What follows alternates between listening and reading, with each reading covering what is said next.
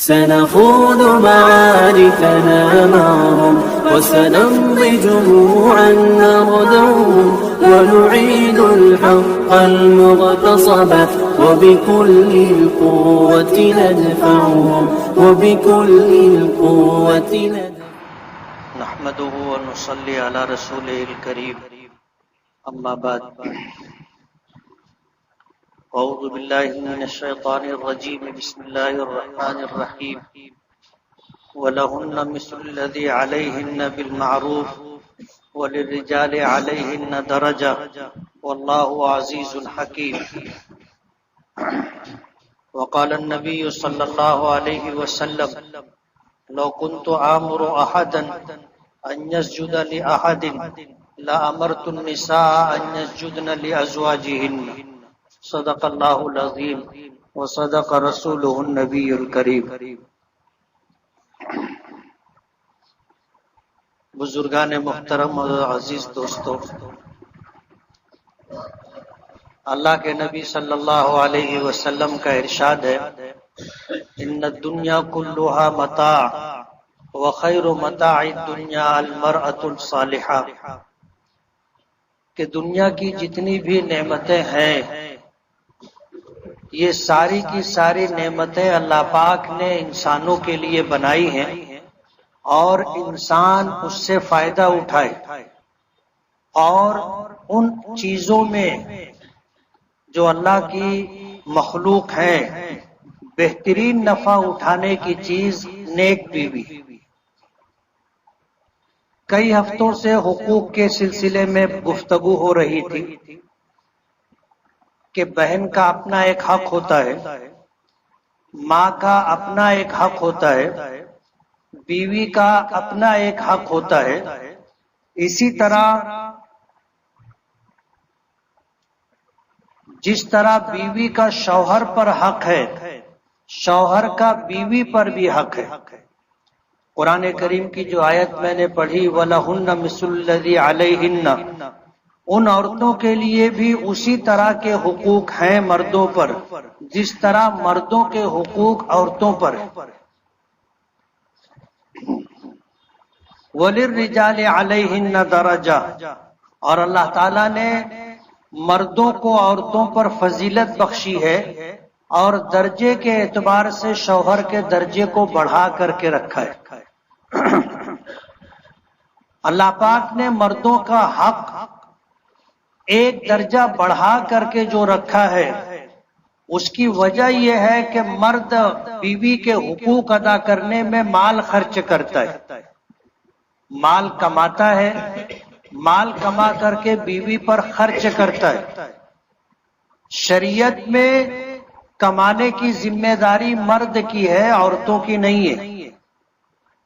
یہ اللہ تعالیٰ کا بنایا ہوا ایک نظام ہے، اور اسی نظام کے تحت جو اللہ نے بنایا ہے اگر کائنات چلائی جائے اور ہر آدمی اپنی ذات سے متعلق امور میں اللہ کے بنائے ہوئے نظام کو پیش نظر رکھے تو یہ دنیا بہت خوبصورت جگہ ہے، اور اللہ تعالیٰ اس میں بسنے والوں کو جو نظام خداوندی کو مان کر کے عمل پیرا ہو کر کے زندگی گزارتے ہیں انہیں خوشگوار زندگی عطا کرتے ہیں. ماضی میں پچھلے چند ہفتوں پہلے میں نے یہ بات کہی تھی کہ ماں کا اپنا ایک حق ہے کہ اللہ نے اس کے قدموں کے نیچے جنت رکھی، اور اس کے حقوق میں یہ بات بھی آتی ہے کہ ایک صحابی حضور کی خدمت میں آئے اور آ کر کہنے لگے کہ اللہ کے رسول، اگر میں اپنی ماں کو اپنی پیٹھ پر لاد کر کے حج کرا دوں تو کیا ماں کا حق ادا ہو جائے گا؟ حضور پاک صلی اللہ علیہ وسلم نے فرمایا تھا کہ نہیں، تیری پیدائش کے موقع پر درد کی شدت کی وجہ سے جو ایک یا پہلی جو تیری ماں کے منہ سے نکلی تھی اس کا حق بھی ادا نہیں ہوگا. صحابہ کرام میں سے کسی نے پوچھا کہ اللہ کے رسول ماں باپ کا حق کیا ہے؟ تو فرمایا ماں کے قدموں کے نیچے جنت ہے، باپ جنت کا دروازہ ہے، یہ تیری جنت بھی ہے تیری جہنم بھی ہے، ان کی حفاظت کر. باپ کے متعلق فرمایا کہ یہ جنت کا دروازہ ہے اور جنت کے دروازے کی حفاظت کر. ماں باپ کی خوشنودی اور ان کی رضامندی انتہائی ضروری ہے، لیکن اسی کے ساتھ بیوی کا بھی حق ہے، اور یہ ذمہ داری اللہ نے مردوں پر رکھی ہے کہ ماں کا حق بھی ادا کرے، بیوی کا حق بھی ادا کرے. ماں کے حقوق کی ادائیگی میں بیوی کا حق ضائع نہیں ہونا چاہیے، اور بیوی کے حقوق کی ادائیگی میں ماں کا حق ضائع نہیں ہونا چاہیے. یہ اعتدال عموماً ہم میں باقی نہیں رہتا، اور ہم لوگوں سے ان حقوق کی ادائیگی میں کوتاہی ہوتی ہے. جب نکاح ہوتا ہے اور زندگی کی شروعات ہوتی ہے میاں بیوی کی، تو عام طور پر ماں کا حق ہے. ماں کے حق کی ادائیگی کے سلسلے میں، ماں کی اطاعت و فرما برداری کے سلسلے میں بیوی کے ساتھ اس کے حقوق کی ادائیگی میں کوتاہی ہوتی ہے. اور جب یہ زمانہ گزرتا رہتا ہے، آگے بڑھتا رہتا ہے، تو ایک وقت وہ آتا ہے کہ بیوی کے حقوق کی ادائیگی کے سلسلے میں ماں کے حق کی ادائیگی میں کوتاہی ہوتی ہے. یہ جو ماں اور بیوی کے حقوق کی ادائیگی کے سلسلے میں کوتاہی ہوتی ہے کہ کبھی بیوی کا حق ضائع ہوتا ہے، کبھی ماں کا حق ضائع ہوتا ہے. یہ مرد کی ذمہ داری ہے کہ اس بات کو سمجھ کر کے اور اس انداز میں زندگی گزارے کہ زندگی نکاح کے بعد ابتدائی مراحل میں ہو یا انتہائی مراحل میں ہو، ماں کا حق اور بیوی کا حق یکساں طور پر ادا کرتے رہنا چاہیے. بیوی کے حقوق کے سلسلے میں کچھ باتیں ذکر کی تھی، تو کہ بیوی کے حقوق میں تو کچھ مالی حق ہوتا ہے، جیسے مہر ہے، یہ بیوی کا مالی حق ہے. اور ہم لوگوں کے ہاں مہر جو متعین کیا جاتا ہے بہت معمولی مہر رکھا جاتا ہے. ماضی میں تو یہ تھا کہ مالیگاؤں میں مہر نقد دیا ہی نہیں جاتا تھا، ادھار مہر ہوتا تھا. اور شوہر کا جب بڑھاپے میں انتقال ہوتا تھا تو پھر بیوہ بوڑھی عورت کو لا کر کے شوہر کے جنازے کے پاس سرہانے بٹھا کر مہر معاف کروایا جاتا تھا. یہ مالیگاؤں میں عام چلن تھا. شوہر کے انتقال کے بعد جنازہ اٹھانے سے پہلے اس بیوہ بوڑھی خاتون کو لاتے تھے، وہ اپنے چہرے پر دوپٹہ سرکا کر کے گھونگھٹ نکال کر کے وہاں آ کے بیٹھتی تھی اور مہر معاف کرتی تھی. اس کے بعد جنازہ اٹھایا جاتا تھا. اب تبدیلی آئی، اب الحمدللہ کوئی نکاح نقد مہر کے بغیر نہیں ہوتا، اور مہر ہمارے یہاں بہت معمولی رکھا جاتا ہے. یہ مہر ملک قضا کا عوض ہے.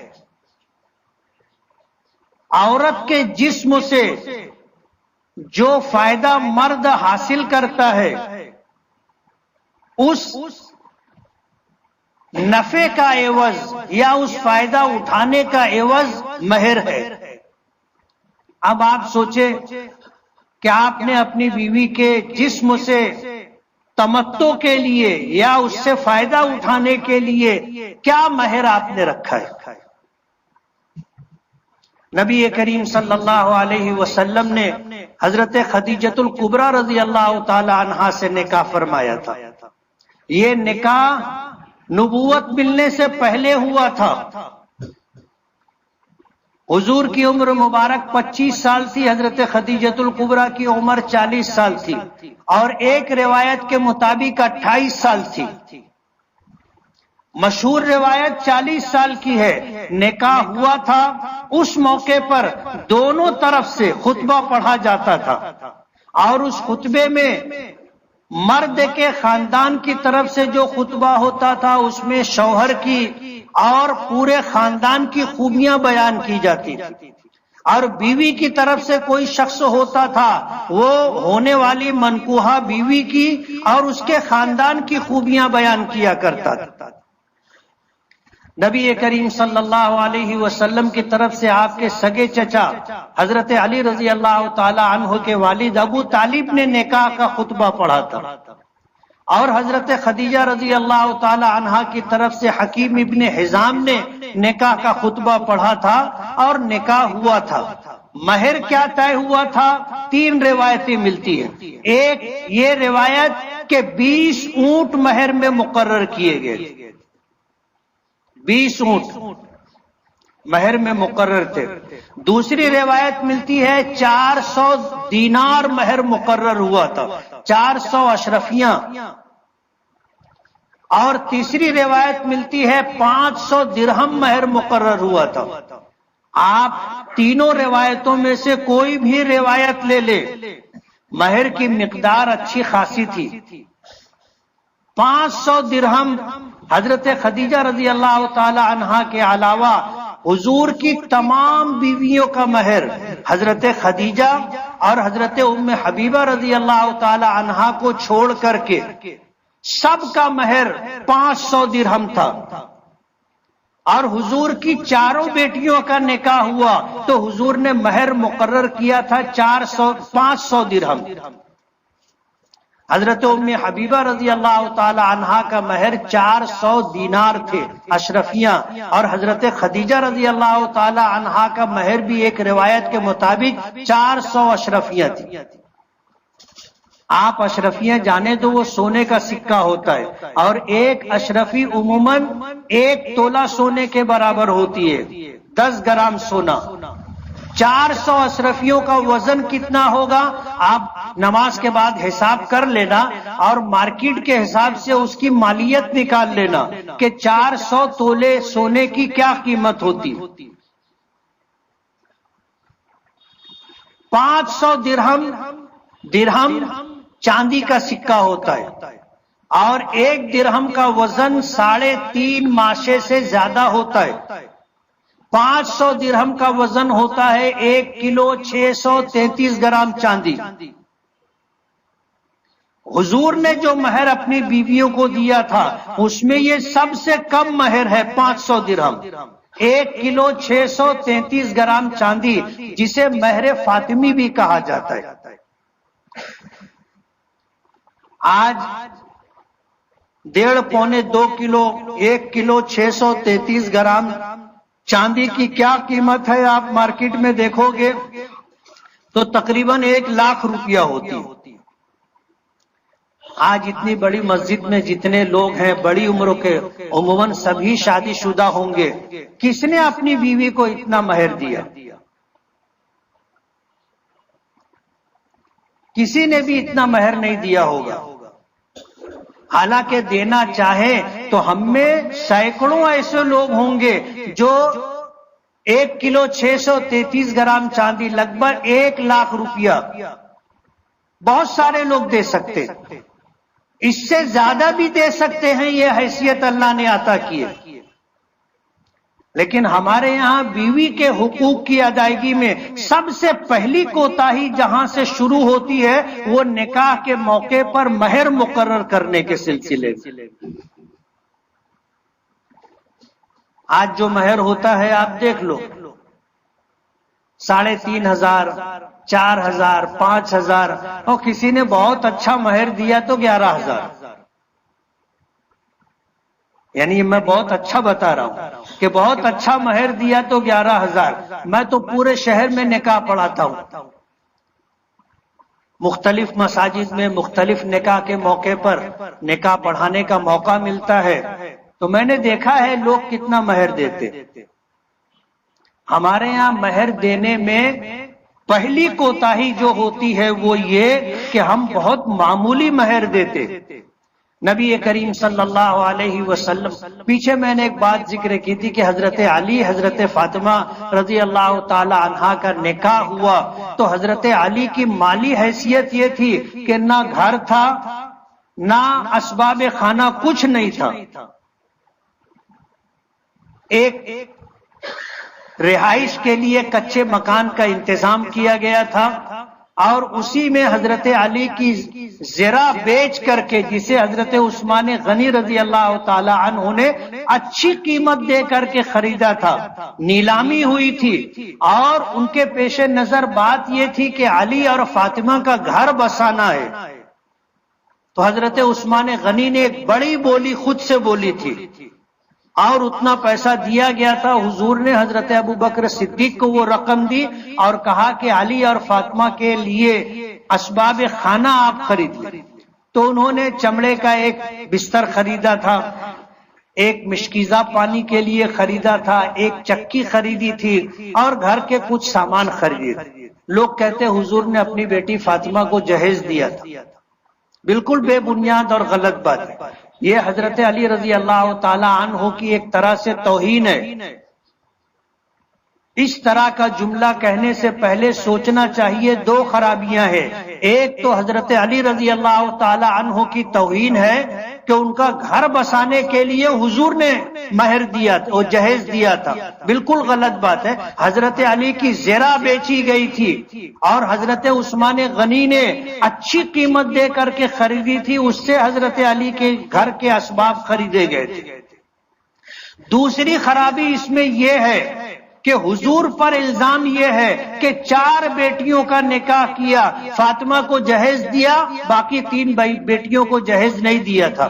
یہ حضور کے اوپر الزام ہے کہ حضور نے اپنی بیٹیوں کے ساتھ ناانصافی کی تھی کہ 3 بیٹیوں کو کچھ نہیں دیا اور 1 بیٹی کو دیا۔ یہ حالت تھی حضرت علی کی، لیکن مہر 500 درہم مقرر تھا،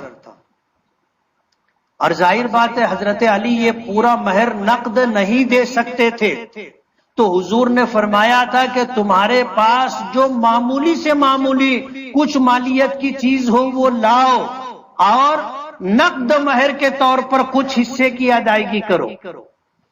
500 درہم پورے مہر نہیں دے سکے تھے، غالباً 10 درہم یا کچھ تھا جو نقد مہر کے طور پر دیا گیا تھا کہ مہر 500 درہم ہوں گے، اس میں سے یہ اتنا نقد دیا جا رہا ہے۔ تو حضرت علی سے زیادہ غریب ہم میں کون ہوگا؟ میں سمجھتا ہوں پوری مسجد میں ایک شخص بھی ایسا نہیں ہوگا جو حضرت علی جیسا غریب ہو، لیکن مہر مقرر کیا تھا 500 درہم۔ تو بیوی کے حقوق کی ادائیگی میں جو ہم سے کوتاہی ہوتی ہے وہ مہر کے سلسلے میں ہوتی ہے کہ ہم بہت معمولی مہر رکھتے۔ چند ہفتوں پہلے میں نے یہ بات کہی تھی کہ جن کے نکاح ہو گئے ہیں وہ بھی آج اگر خوشی سے اپنی بیوی کو مہر دینا چاہے مہر فاطمی کے عنوان سے، کہ نکاح کے موقع پر تو بہت معمولی مہر تھا، لیکن آج اللہ نے حیثیت دی ہے، میں اپنی خوشی سے تم کو مہر میں یہ رقم دیتا ہوں۔ آپ دیکھو جب مہر فاطمی کی ادائیگی ہوگی تو بیوی کے رویے میں کیا تبدیلی آئے گی، آپ تجربہ کر کے دیکھ لیں۔ میاں بیوی کے درمیان جو روزانہ کی چک چک ہوتی ہے وہ ختم ہو جائے گی، اور شریعت نے بدع نہیں کیا ہے، آج بھی آپ دے سکتے ہو۔ اس لیے جن کی شادیاں ہو گئی ہیں مہر فاطمی نہیں دے سکے تھے، آج دینا چاہو، کل دینا چاہو، زندگی میں جب دینا چاہو آپ دو، اور اس نیت سے دو کہ یہ وہ سنت ہے جو مالیگاؤں میں تو مر چکی ہے۔ حدیث پاک میں آتا ہے من احیا سنتی عند فساد امتی فلہ 100 اجر شہید، کہ جس شخص نے میری اس سنت کو زندہ کیا جو سنت مر چکی تھی، میری امت میں فساد برپا ہو چکا تھا، ایسے موقع پر میری مردہ سنت کو اگر زندہ کرے گا اللہ پاک اسے 100 شہیدوں کا ثواب عطا کریں گے۔ اور بہت سستا سودا ہے جو حضور نے ہمیں بتایا، ایک شہید کا ثواب یہ ہے کہ اللہ تعالیٰ اسے عام جنتیوں کے مقابلے میں زیادہ نوازیں گے، اور اتنا نوازیں گے کہ بخاری شریف کی روایت ہے کہ وہ شہید یہ اللہ سے دعا کرے گا، اپنی خواہش کا اظہار کرے گا کہ اللہ میں شہید ہو کر کے آیا ہوں تیری بارگاہ، مجھے دنیا میں پھر واپس بھیج دے، میں پھر شہید ہو کر کے آؤں گا، مجھے پھر دنیا میں واپس بھیج دے، میں پھر شہید ہو کر کے آؤں گا۔ یعنی اس شہید کی بار بار تمنا ہوگی کہ میں دنیا میں جاؤں، اللہ کے دین کی حفاظت، بقا اور اس کی نشر و اشاعت کے لیے اپنی جان قربان کر دوں، اس کے بدلے میں اللہ نے مجھے جو نوازا ہے پھر اتنا ہی نوازے۔ اور ظاہر بات ہے یہ شہادت ہم میں سے کس کے بس کی بات ہے؟ آج اللہ کی رضا کے لیے، اللہ کے دین کی بقا اور نشر و اشاعت کے لیے جان دینے کی قربانی آئے گی، سب بھاگ جائیں گے، میدان کے گا نہیں اللہ ماشاءاللہ۔ لیکن ایک مردہ سنت کو زندہ کرنے پر اللہ 100 شہیدوں کا ثواب دے گا۔ اس سے سستا سودا کیا ہوگا کہ آدمی 1 لاکھ روپیہ اس نیت سے دے کہ وہ سنت جو مردہ ہو چکی ہے میں اسے زندہ کر رہا ہوں، اللہ مجھے 100 شہیدوں کا ثواب عطا کرے۔ 1 لاکھ روپیے میں 100 شہیدوں کا ثواب۔ ہاتھ اٹھاؤ کتنے لوگ لینا چاہتے؟ مسجد میں چندہ نہیں مانگ رہے ہیں کہ میں بولو ہاتھ اٹھاؤ تو کوئی ہاتھ اٹھاتا ہی نہیں۔ اپنا گھی اپنی پلیٹ میں رہے گا، سمجھ رہے ہو، کہیں باہر جانے والا نہیں ہے۔ تجربہ ہوگا آپ کو کہ بوقت ضرورت جب بیوی کو محسوس ہوتا ہے کہ میرا شوہر واقعی تکلیف میں ہے تو وہ پیسے نکال کر کے دیتی ہے، برابر ہے۔ تجربہ ہوا ہوگا اس بات کا۔ جو تھوڑا تھوڑا پیسہ وہ بچا بچا کر کے جمع کرتی ہے، وہ سارے پیسے یک مشت نکال کر کے آپ کو دے دیتی۔ آپ جو پیسہ دیں گے وہ آپ کے گھر میں رہے گا اور یقین مانو آپ کی جیب میں رہے گا۔ خدا نہ کرے آپ کو ضرورت پڑے، وہ پیسہ آپ کو کام آئے گا۔ مگر 100 شہیدوں کا ثواب لینے کی نیت سے آج یہ نیت کر لو کہ نکاح کے موقع پر مہر کی ادائیگی میں مالی طور پر جو ہم سے کوتاہی ہوئی تھی اور حضور کی جو سنت تھی ہم ادا نہیں کر سکے تھے، آج ادا کریں گے، کل ادا کریں گے، آنے والے دنوں میں ادا کریں گے، تاکہ اللہ ہمیں 100 شہیدوں کا ثواب عطا کرے۔ اللہ نے صاحب اولاد بنایا ہو، جب آپ اپنی بیٹے یا بیٹی کا نکاح کریں تو جو پہلے سے مشورتی میٹنگ ہوتی ہے اس میں آپ یہ بات رکھیں، اگر آپ بیٹے والے ہیں تو آپ اپنے طور پر پیش کر دیں کہ ہم مہر فاطمی ادا کریں گے۔ شادی میں لوگ لاکھوں خرچہ کرتے اور مالیگاؤں سے باہر کی شادیوں میں لوگ کروڑوں خرچہ کرتے، لیکن مہر فاطمی نہیں دیتے۔ یہ نیت کر لیں کہ اپنے بچوں اور بچیوں کی شادی میں مہر فاطمی مقرر کریں گے نا۔ بیوی کے مالی حقوق میں پہلا حق کے مہر ہے، دوسرا حق ہے نفقہ، نفقے میں کھانا آتا ہے، نفقے میں کپڑا آتا ہے، نفقے میں بیوی کی دیگر ضروریات آتی۔ ظاہر بات ہے ہر آدمی اپنی حیثیت کے مطابق کھاتا بھی ہے اور کھلاتا بھی ہے، یہ بیوی کا حق ہے۔ حضور نے فرمایا کہ جیسا کھاؤ ویسا کھلاؤ، جیسا پہنو ویسا پہناؤ، اور جیسا پہنو ویسا پہناؤ کا مطلب یہ نہیں ہے کہ آپ جینز پینٹ پہنتے ہیں اور ٹی شرٹ پہنتے ہیں تو بیوی کو بھی پہنائیں، یہ مطلب نہیں۔ مالیت کے اعتبار سے جیسا کپڑا شوہر خود استعمال کرتا ہے مالیت کے اعتبار سے، ایسا ہی مالیت کے اعتبار سے بیوی کو بھی کپڑا پہنانا چاہیے۔ اللہ نے اچھی حیثیت دی ہے، اچھا کپڑا پہنا ہے. اللہ نے مڈل کلاس میں رکھا ہے، جیسا آپ پہنتے ہو ویسا پہناؤ. اور گزارے کی بات ہے تو گزارے کے طور پر جیسا کپڑا تم پہنتے ہو ویسا کپڑا بیوی کو بھی استعمال کے لیے دو. یہ بیوی کا حق ہے. اور تیسرا رہائش.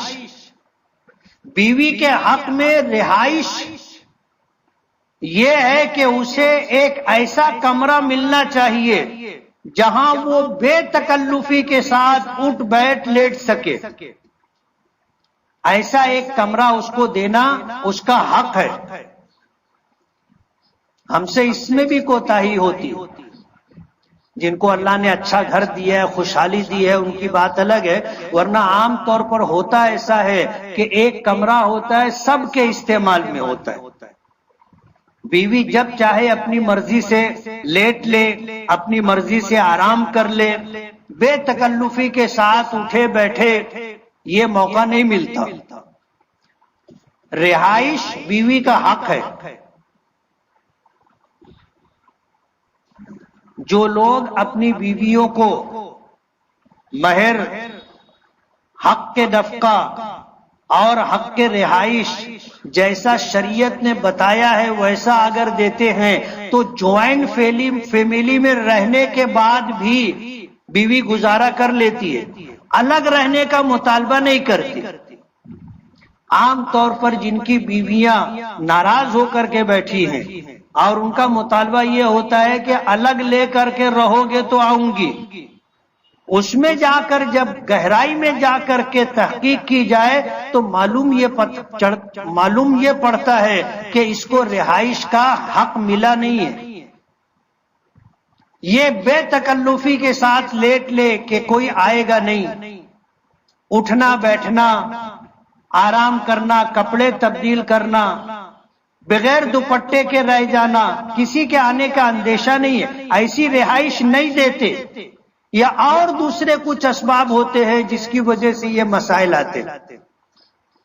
تو بیوی کے مالی حقوق میں مہر ہے، نفقہ ہے، رہائش ہے. آپ یہ حق بیوی کو دو، پھر دیکھو زندگی کیسی خوشگوار گزرتی ہے. کچھ حقوق غیر مالی حقوق ہے اور کچھ حقوق ایسے ہیں جو میاں بیوی کے مشترک حقوق ہیں اور کچھ حقوق شوہر کے ہیں. جیسے بیوی کے کچھ حقوق ہیں اسی طرح شوہر کے کچھ حقوق ہیں جس کی ادائیگی بیوی پر ضروری ہے. آنے والے ہفتے میں زندگی رہی تو انشاءاللہ ان حقوق کو بیان کریں گے. جن حضرات نے سنتیں نہ پڑھی ہوں وہ سنت پڑھ لیں.